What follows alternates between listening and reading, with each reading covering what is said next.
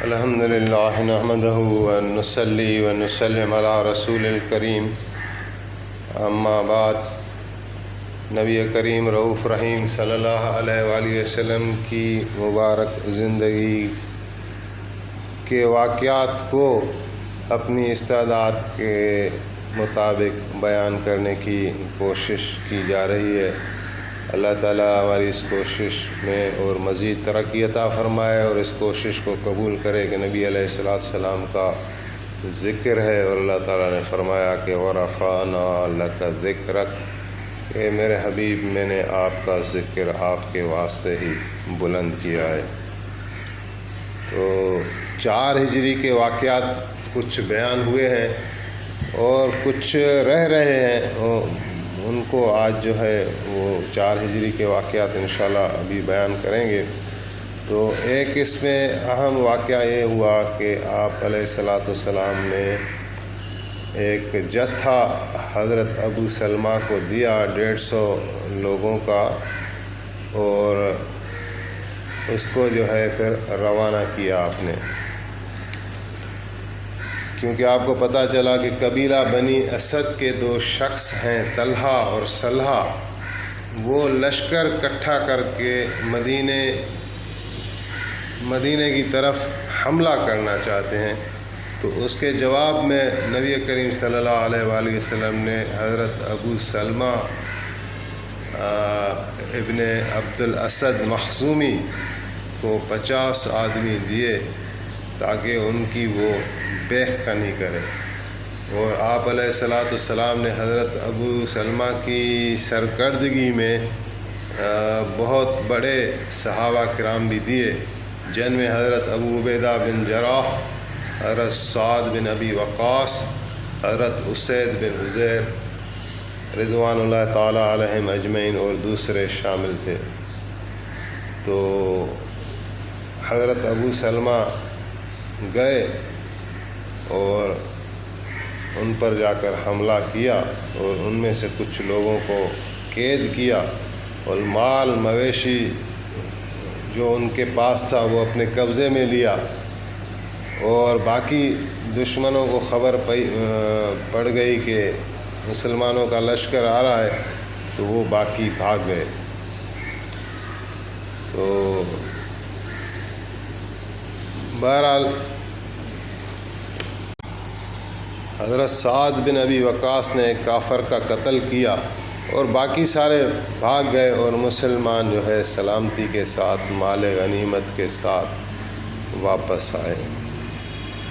اور اسی سال نبی کریم صلی اللہ علیہ وآلہ وسلم کی شادی بی بی ام سلمہ سے ہوئی، کیونکہ حضرت ابو سلمہ جو تھے حضرت ابو سلمہ رضی اللہ تعالیٰ عنہ ایک بڑے معتبر صحابی ہیں، پہلے بھی ذکر ہوا کہ یعنی اس جتھے کا تو آپ نے امیر بنایا اور بڑے بڑے صحابہ کو ان کے نیچے دیا، لیکن جب آپ نے ہجرت کا حکم فرمایا تھا تو بھی حضرت ابو سلمہ پہلے شخص تھے جو اپنی گھر والی سمیت ہجرت کرنا چاہتے تھے۔ بی بی ام سلمہ کو لیا اور ہجرت کرنی چاہی، لیکن چونکہ مکے کے حالات بڑے خراب تھے تو ام سلمہ کے جو گھر والے تھے یعنی والدین کی طرف سے، انہوں نے ان بیوی کو روک دیا کہ ہم نہیں جانے دیں گے اپنی اس بیٹی کو کہ تم ہجرت کرنے جا رہے ہو اور پتہ نہیں کہاں کیسے رہو گے، کیا ہوگا کیا نہیں ہوگا۔ تو لیکن حضرت ابو سلمہ نے پھر بیوی بچوں کی بھی پرواہ نہیں کی، اور پھر مکے سے مدینے ہجرت کرنے والے پہلے شخص ٹھہرے، ان کو یہ بڑا شرف حاصل ہے۔ تو غزوہ احد میں زخمی ہوئے تھے، اور وہ زخم کچھ صحیح ہو گیا تھا، اور اس جتھے میں آپ نے ان کو امیر بنا کے بھیجا، لیکن اس جتھے کے واپسی کے بعد وہ کوئی زخم تھا جو کھل گیا دوبارہ، اور چند دنوں کے بعد اس میں وہ انتقال کر گئے، شہید ہو گئے۔ تو نبی کریم صلی اللہ علیہ وآلہ وسلم نے حضرت ابو سلمہ کی جنازہ نماز پڑھائی۔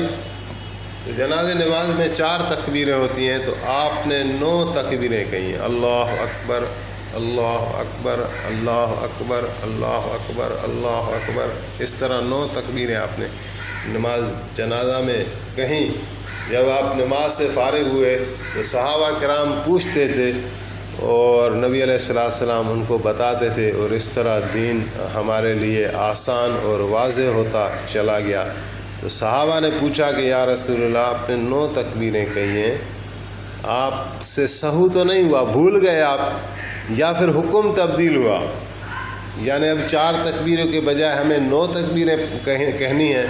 تو نبی علیہ السلام نے فرمایا کہ نہ حکم تبدیل ہوا ہے اور نہ میرے سے سہو ہوا ہے،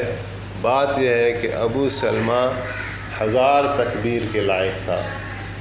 یعنی حضور کے کہنے کا مقصد یہ تھا کہ ابو سلمہ کا شان جدا گانا ہے، اور اس لیے اس پر میں نے تکبیریں زیادہ کہی ہیں۔ تو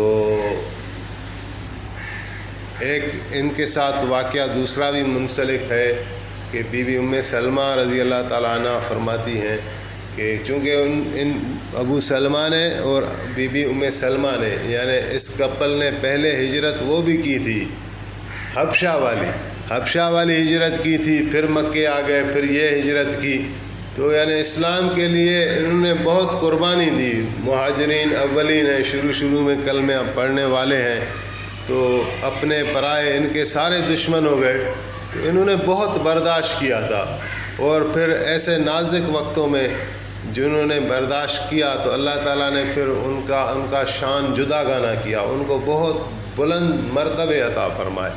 تو بی بی ام سلمہ کہہ رہی ہیں کہ حضور علیہ السلام نے ہمیں تعلیم فرمائی تھی کہ کسی کا کچھ نقصان ہو جائے تو وہ پڑھے انا للہ و انا الیہ راجعون، تو اللہ تعالیٰ اس کا نقصان پورا کر دیں گے، اس کا بدل عطا کریں گے،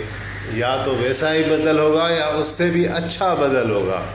تو وہ فرما رہی ہیں کہ جب میرا شوہر اس طرح انتقال کر گیا ابو سلمہ، تو میں نے انا للہ و انا الیہ راجعون پڑھا، لیکن ساتھ میں سوچ رہی کہ ابو سلمہ سے کون بہتر ہو سکتا ہے، کون اس کا نعم البدل ہو سکتا ہے۔ تو جب عدت پوری ہوئی تو نبی کریم صلی اللہ علیہ وآلہ وسلم نے پیغام نکاح کا بھیجا بی بی ام سلمہ کو۔ تو بی بی ام سلمہ بہت ادب والی، حضور کا استقبال کرنے والی تھی۔ آپ علیہ السلام کی ایک حدیث ہے، آپ فرما رہے ہیں کہ جنت میں جو حوریں ہیں وہ اپنے شوہروں کا اس طرح استقبال کریں گی جس طرح ام سلمہ میرا استقبال کرتی ہیں۔ تو حضور علیہ السلام کا جب پیغام پہنچا کہ آپ کی طرف سے آفر گئی کہ ام سلمہ کو آپ اپنی زوجیت میں لانا چاہتے تھے،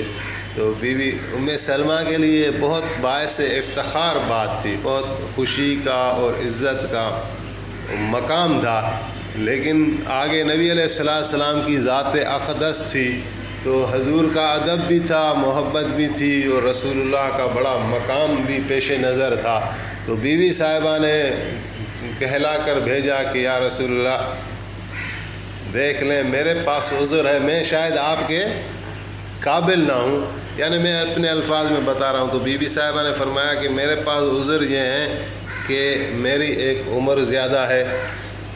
یعنی بہتر ہوگا کہ آپ کسی کم عمر سے شادی کریں، شاید آپ کا دل وہاں لگا رہے، یا اپنا یہ فرمایا کہ میرے پاس اولاد بھی ہے، یعنی ایسے نہیں میری اولاد پالنے میں میرے ساتھ اولاد اور ماں کا رشتہ ختم نہیں ہو سکتا، تو وہ ظاہر ہے میرے بچے ہوں گے، تو آپ اتنی بڑی ہستی اور آپ کا اتنا بڑا مشن، تو ایسے نہیں کہ وہ یعنی آپ کے لیے کسی ڈسٹربنس کا مسئلہ بنے۔ اور دوسرا عذر یہ دیا، اور تیسرا عذر یہ دیا کہ میں غیرت والی ہوں، غصے والی ہوں۔ تو یعنی حضور علیہ السلام کی خدمت میں یہ ادب کے ساتھ پیغام بھیجا کہ میرے پاس یہ چیزیں ہیں، شاید یہ میری کمیاں ہیں اور میں شاید آپ کے لائق نہیں ہوں۔ تو آپ نے فرمایا نہیں، آپ ہمیں قبول ہیں، آپ ان سارے عذروں کے باوجود آپ ہمیں قبول ہیں۔ تو پھر بی بی ام سلمہ نے بھی حضور کی خدمت میں یعنی وہ آفر قبول کی، اور اس طرح بی بی ام سلمہ امہات المومنین کے زمرے میں آ گئیں، نبی کریم صلی اللہ علیہ وآلہ وسلم کی بہت وفادار گھر والی، اور حضور کی بہت محبت تھی بی بی ام سلمہ رضی اللہ تعالیٰ عنہا کے ساتھ، اور بی بی ام سلمہ رضی اللہ تعالیٰ عنہا بہت دانش مند تھیں، اور ان کی دانش مندی کا ایک واقعہ آگے آئے گا، وہ اپنے مقام پر شاید میں دوبارہ بھی بتا دوں، لیکن چونکہ ابھی ذکر ہو رہا ہے تو بتانا تھوڑا آسان لگتا ہے۔ جب بندہ کوئی لکھنے بیٹھنے تصانیف اور مصنف تو واقعات کو ریپیٹ نہیں کیا جاتا، لیکن چونکہ ہم یہ ریکارڈ کر رہے ہیں تو یہ بتانا بھی آسان بھی ہوتا ہے، اور ان میں اگر ریپیٹیشن ہوتی ہے، بار بار بھی کوئی واقعہ آگے پیچھے قسطوں میں آ جاتا ہے تو مجھے یہ اچھا لگتا ہے، برا نہیں لگتا۔ اس سے یہ ہے کہ وہ سننے والا اور بتانے والے کی یادداشت پھر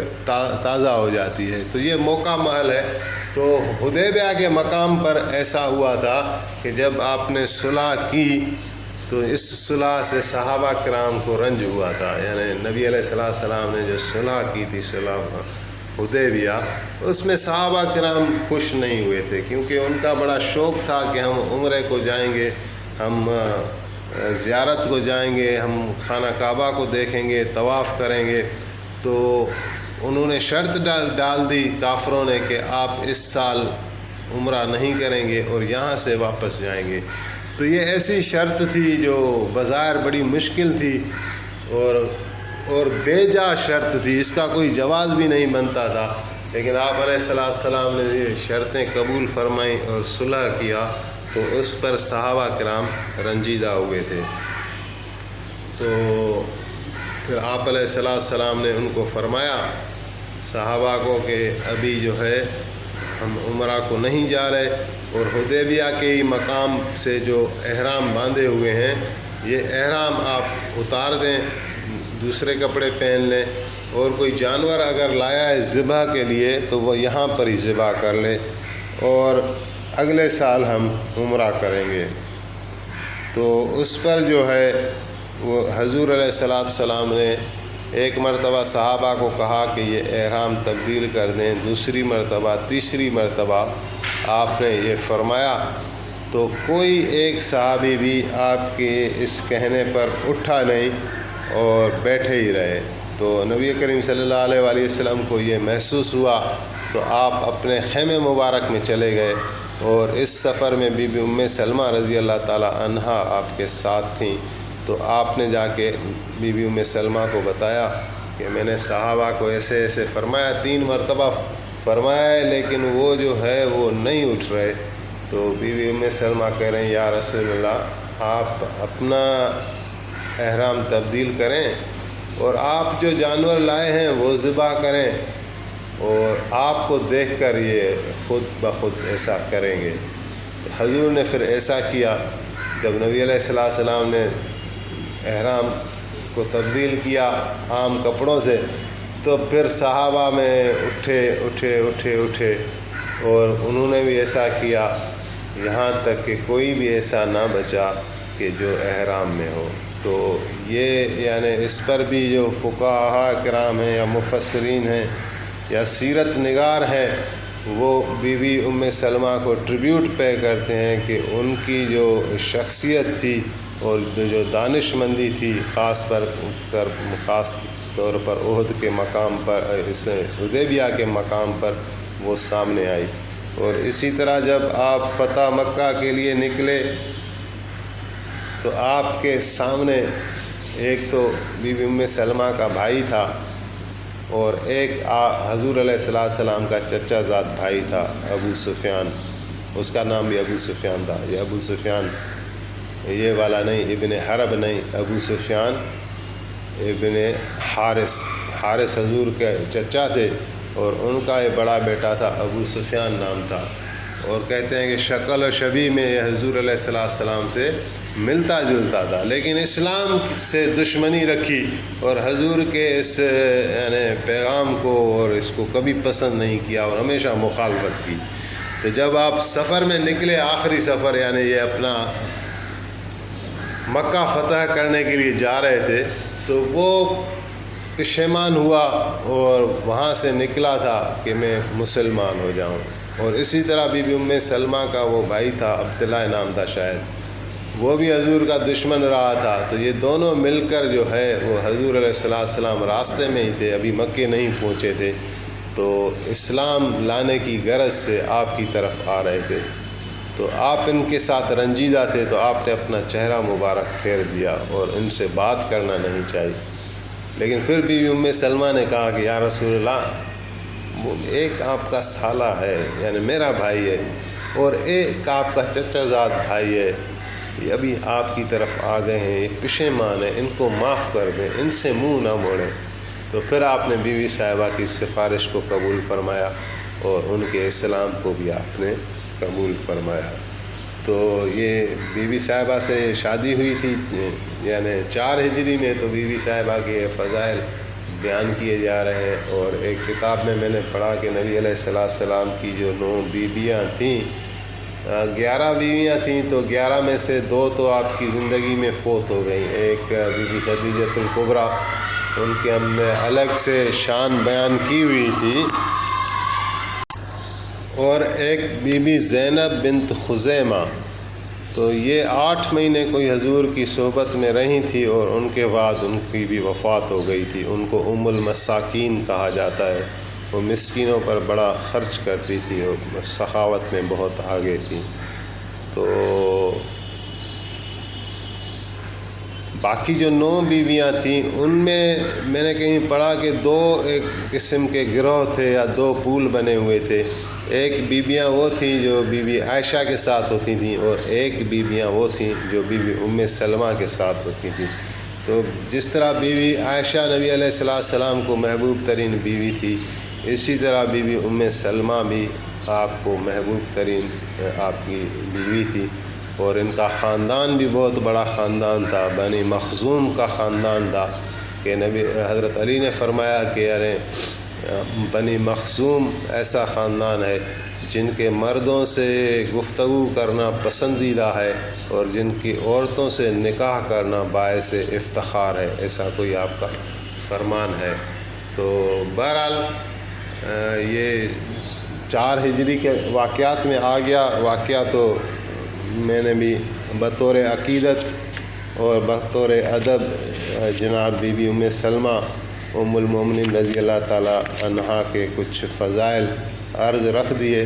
اور اسی سال کا واقعہ ہے کہ حضرت امام حسین علیہ السلام کی پیدائش ہوئی، اور نبی علیہ السلام نے حضرت علی کو مبارک دی اور اس کا نام رکھا حسین۔ اور اسی کتاب میں تو نہیں لکھا، لیکن اس کے مصنف نے مجھے بتایا تھا کہ جب حضرت امام حسین علیہ السلام کی ولادت ہوئی تو بی بی فاطمہ زہرا سلام اللہ علیہا حضور کے سامنے حضرت امام حسین علیہ السلام کو لے آئی، تو حضور نے پہلے چہرہ پھیر دیا، تو پھر ادھر سے آئی اور عرض کرنے لگی کہ یا رسول اللہ کیا بات ہے؟ تو پھر آپ نے بیوی صاحبہ کو بتایا کہ یہ جو میرا بچہ ہے حسین علیہ السلام، یہ کربلا کے میدان میں بھوکا اور پیاسا شہید کیا جائے گا۔ تو بیوی صاحبہ نے عرض کی کہ یا رسول اللہ ایسے وقت میں آپ ہوں گے؟ آپ نے فرمایا نہیں۔ پھر عرض کرنے لگی کہ علی المرتضیٰ ہوں گے؟ تو آپ نے فرمایا نہیں۔ تو فرمایا میں؟ تو آپ نے فرمایا نہیں۔ تو پھر عرض کرنے لگی اس کا بھائی حسن؟ تو آپ نے فرمایا نہیں، وہ بھی نہیں ہوگا۔ تو پھر بی بی صاحبہ کو بہت دکھ ہوا اور رونے لگی اور کہنے لگی کہ یا رسول اللہ، یعنی اس کا مطلب ہے کہ میرے یہ بچہ شہید ہوگا اور اس پر کوئی رونے والا بھی نہیں ہوگا۔ تو پھر آپ نے فرمایا کہ نہیں، اس پر جو ہے وہ میری امت روئے گی اور قیامت تک روئے گی۔ تو 4 ہجری میں امام حسن علیہ السلام امام حسین علیہ السلام کی پیدائش ہے، اور حضور علیہ السلام کی یہ بچے جو تھے حسن اور حسین، یہ آنکھوں کی ٹھنڈک تھے، اور آپ ان کے ساتھ کھیلتے تھے، اور آپ علیہ السلام نے فرمایا کہ یا اللہ جو ان سے محبت کرے حسن اور حسین سے، تو ان سے محبت کر۔ تو یہ یہاں 4 ہجری کے واقعات پورے ہوتے ہیں، اور باقی انشاءاللہ ہم اگلے قسط میں پھر 5 ہجری میں داخل ہو جائیں گے تو اس کے واقعات کو بیان کیا جائے گا۔ آخر دعوانا ان الحمدللہ رب العالمین۔